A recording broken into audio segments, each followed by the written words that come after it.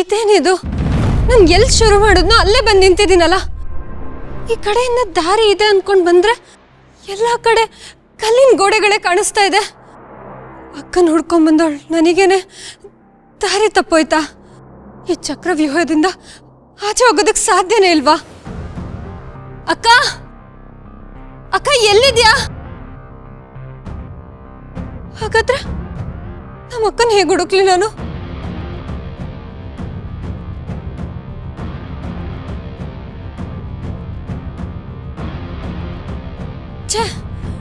ನಾನು ಮತ್ತೆ ಇಲ್ಲಿಗೆ ಬಂದಿದ್ದೀನಿ. ಈ ಚಕ್ರವ್ಯೂಹಕ್ಕೆ ಕೊನೆನೇ ಇಲ್ಲ ಅನ್ಸುತ್ತೆ. ಹಾಗಾದ್ರೆ ನಮ್ಮ ಅಕ್ಕನ ಹುಡ್ಕೋಕೆ ಆಗಲ್ವಾ? ಅಕ್ಕನ ಹೇಗೆ ಹುಡುಕ್ಲಿ ನಾನು?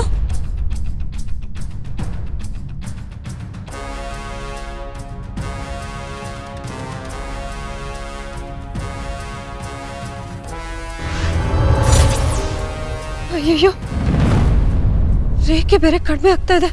ಹಾಗಾದ್ರೆ ನನಗೆ ಸಮಯ ಕಡಿಮೆ ಆಗ್ತಿದೆ ಅಂತ ಅರ್ಥ. ನಾನು ಬೇಗ ಕೆಲಸ ಮುಗಿಸ್ಬೇಕು.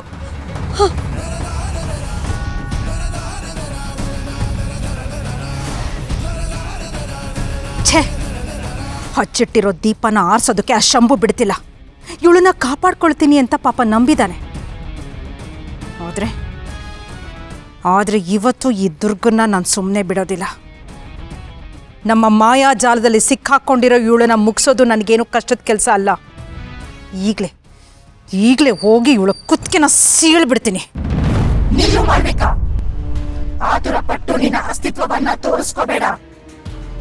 ಈಗಲೇ ನೀನು ಅವಳ ಮುಂದೆ ಬರೋ ಅವಶ್ಯಕತೆ ಇಲ್ಲ. ಯಾಕಮ್ಮ? ಆ ದುರ್ಗಾ ನಮ್ಮ ರಹಸ್ಯದ ಕೋಣೆ ಹತ್ರ ಬಂದಿದ್ದಾಳೆ. ಇವಳನ್ನ ನಾನು ಈಗಲೇ ಮುಗಿಸ್ಬಿಡ್ತೀನಿ. ಬೇಡ, ಈ ಚಕ್ರವ್ಯೂಹವನ್ನ ದಾಟೋ ಶಕ್ತಿ ದುರ್ಗಂಗಿಲ್ಲ.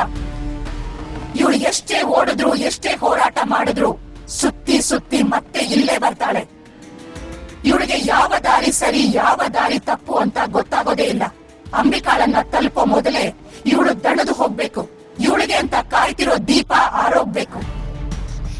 ಇವಳು ಈ ಕಡೆ ಶವನು ಅಲ್ಲದೆ ಆ ಕಡೆ ಬದುಕೋಕ್ಕೂ ಆಗದೆ ಒದ್ದಾಡ್ಬೇಕು.